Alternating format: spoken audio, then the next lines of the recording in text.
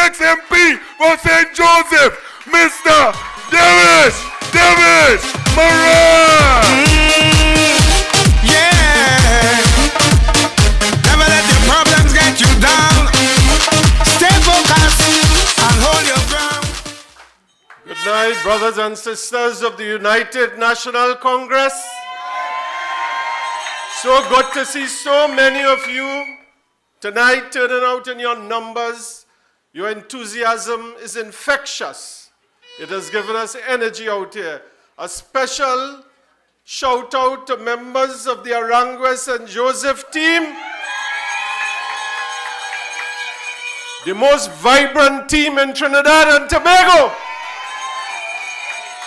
At least the loudest. Good night, political leader, Mrs. Kamala Prasad Bisesa, Senior Counsel, members of the executive, and brothers and sisters who are gathered here today for this sacred mission of removing the People's National Movement from government in the next election. Before I go any further, I wish to thank the political leader for choosing me as your representative for the great constituency of Aranguez, St. Joseph. I want to thank the National Executive and the Screening Committee for the confidence that you have reposed in me for this monumental task of removing the incumbent, Mr. Terence Dial Singh, from the corridors of Aranguez, St. Joseph.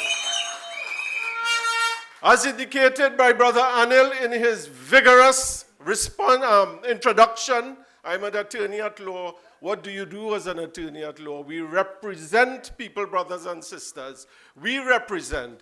So therefore, I am taking that representation, bringing it to St. Joseph to represent St. Joseph on the national stage of Trinidad and Tobago. What have I done? Most of my life I have served. I have served the vulnerable, underprivileged, and those on the fringe of society. Why am I entering into politics? I believe that if you have the capacity to serve, offer yourself for service to the national community so that you can help not only a small section, but the wider community at large, brothers and sisters. You see, when you serve people, you do not see distinction between religions or races or colors. You don't see. You see, what do you see, brothers and sisters? You see humanity. You see people. When you represent Trinidad and Tobago, you can't make distinctions or discriminations. You have to serve all brothers and sisters, all of Trinidad and Tobago. I have been asked today to say a few words on the conspiracy to destroy our economy. Has there been a conspiracy? You tell me, has there been a conspiracy? This economy, brothers and sisters, has declined 20% since 2015. 20%. Every other Caribbean country has risen, their economy has gotten back to the pre-pandemic levels. Trinidad and Tobago has not gotten back to the pre-pandemic levels. What does that mean? We have less money in Trinidad and Tobago. Our economy is not functioning well. We have less resources. How do you know you have less resources? Give me one indicator that we have less resources in Trinidad and Tobago. Huh? I ain't all good enough. One indicator. How much US you could get to the bank? $200 if you're traveling. $200 if you're traveling. Do you remember what the head of the FIU said a few weeks ago, the Financial Intelligence Unit? He says, if you buy US from your family member who come from abroad, or your friend, you have a little $100 you want to work with, you committing a crime. You are committing a crime, brothers and sisters. That is the situation. We wish to welcome Brother Jack Warner. Give him a round of applause.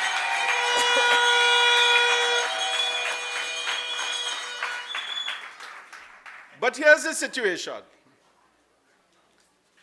If you do not have United States dollars in your coffers of the central bank or in the banks, we are in trouble. We are what you call an open island economy. All our resources, all our goods and services depend on access to US. So you don't have US. So they say, you don't have the US. Even more importantly, brothers and sisters, is the allocation of the US that they have. Do you know what is happening? If you're a small businessman, Princeton, Chaguanas, Tunapuna, that you started a generational business, you have a small business, you have an import, you want to get US dollars for your business, you can't get it. Where's it going? Who is getting the United States dollars? Is that justice? Is that justice? Is that fairness? How could that be fair? We have an inequitable distribution of resources. So what is happening? The big businesses that are not necessarily efficient, they're not necessarily efficient, but they are getting bigger and they are sustaining their profits, and we are not against them because you have to run your business. But what about the small and medium business? You are suffering. We are suffering. We can't get it. Businesses are closing down. The middle class, so here what is happening. In the middle class in Trinidad and Tobago, it is shrinking. You are getting smaller. The big business is sustaining.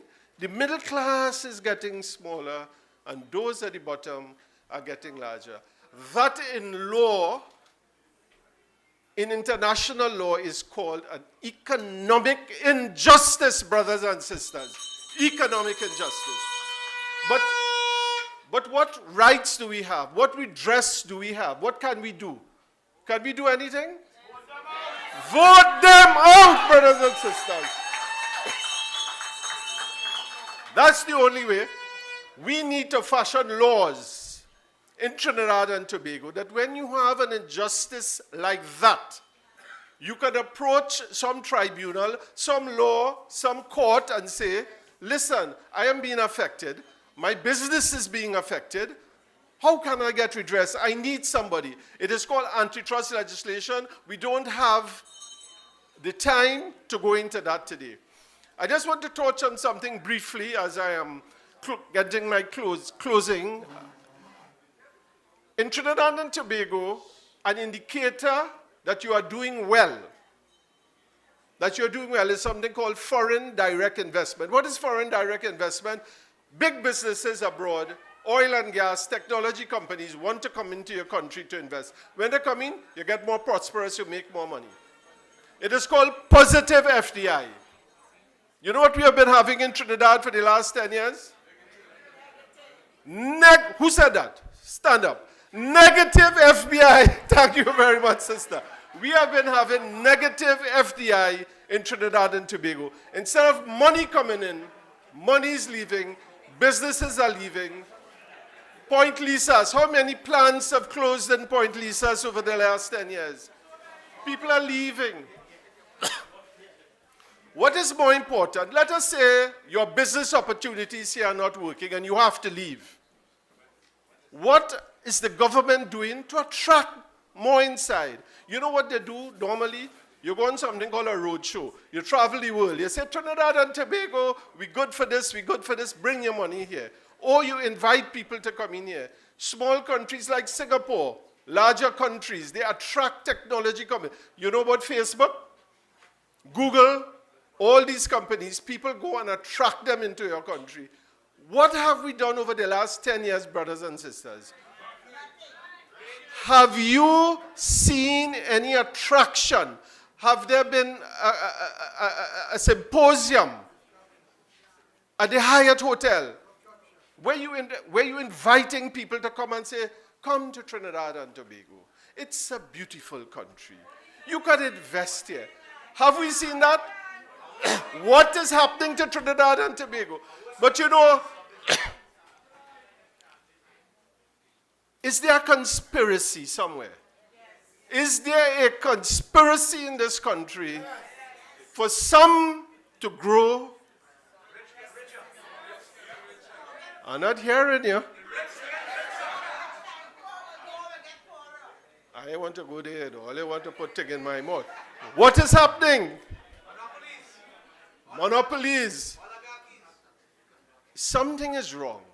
Something is wrong, brothers and sisters. But one thing can change that. 2025. You all have the power. You all have the power to change it with this finger, brothers and sisters. This finger, we will vote the United National Congress into power. We will vote the existing government out. Thank you, brothers and sisters. You have been a wonderful audience.